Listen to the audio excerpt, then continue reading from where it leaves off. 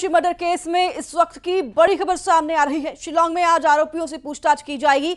आमने सामने बैठाकर पुलिस आरोपियों से पूछताछ करेगी। इंदौर में पुलिस को अहम सुराग मिले थे, जिसके बाद आज सभी आरोपियों को आमने सामने बैठाकर पुलिस पूछताछ करेगी। इस सबूत के आधार पर मामले में अब तक 8 आरोपियों की गिरफ्तार हो गई है, जिसमें सोनम, राज कुशवाहा, आकाश, आनंद, विशाल, बलवीर, लोकेंद्र तोमर और शिलोम जेम्स शामिल हैं। इन 8 आरोपियों को आज आमने सामने बैठाकर पुलिस पूछताछ करेगी।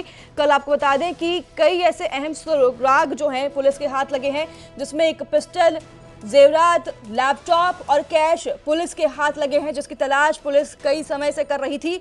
नाले से बरामद किए हैं और शिलोम जेम्स ने नाले में इन सबूतों को फेंक दिया था। आज सभी आरोपियों को आमने सामने बैठाकर पूछताछ करेगी। मिथिलेश हमारे साथ इस खबर पर ज्यादा जानकारी के लिए फोन लाइन पर जुड़ गए हैं। मिथिलेश, जब आमने सामने बैठाकर सभी आरोपियों से पूछताछ की जाएगी तो कई बड़े और खुलासे हो सकते हैं, और क्या लगता है कि और भी शामिल कोई हो सकता है इस पूरे हत्याकांड में? देखिए, और भी लोग शामिल हो सकते हैं, लेकिन जब इन सभी लोगों से आज एक साथ पूछताछ होगी उससे कुछ जानकारी बड़ी आ सकती सामने। हालांकि आज इन सभी आरोपियों को आमने सामने बैठा के ये पूछताछ की जाएगी कि रेंट एग्रीमेंट बना कब था, रुके कब थे, कितने बजे आए थे। अगर सोनम ने जो बात कही थी कि सोनम ने सारा सामान सब कुछ फ्लैट में छोड़ दिया था और उस फ्लैट में ही और वो सोने की चेन और वो मंगलसूत्र सब कुछ वहीं पे था, तो ये सब चीजें आखिर अभी तक हैं कहाँ पर? क्योंकि अभी तक अगर जांच की बात की जाए, इंदौर से जो साक्ष्य इकट्ठे हुए हैं उसमें जले हुए जो बैग हैं उसके अवशेष, दूसरा पिस्टल, मैगजीन और .32 के 2 कारतूस अभी तक साक्ष्य के तौर पर ये अहम सुराग जो है अभी तक शिलांग पुलिस के हाथ लगे।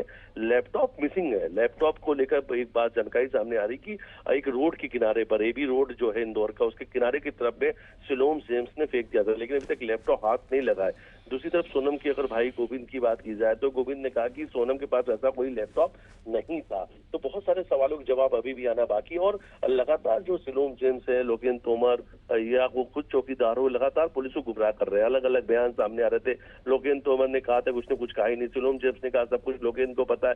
लेकिन जब शिलोम जेम्स को और लोकेंद्र को पूछताछ किया गया आमने सामने बैठाकर, तब शिलोम जेम्स ने बताया था कि उसने पिस्टल कहां पर फेंक रखा। उस नाले तक शिलोम जेम्स भी पहुंचा और वहां से फिर वो सबसे अहम सुराग भी मिला, क्योंकि ये वो पिस्टल है कि अगर वो दाव से हमला करते और उससे अगर राजा की जान नहीं जाती तो फिर वो उसी पिस्टल से गोली मारकर राजा की हत्या कर देते।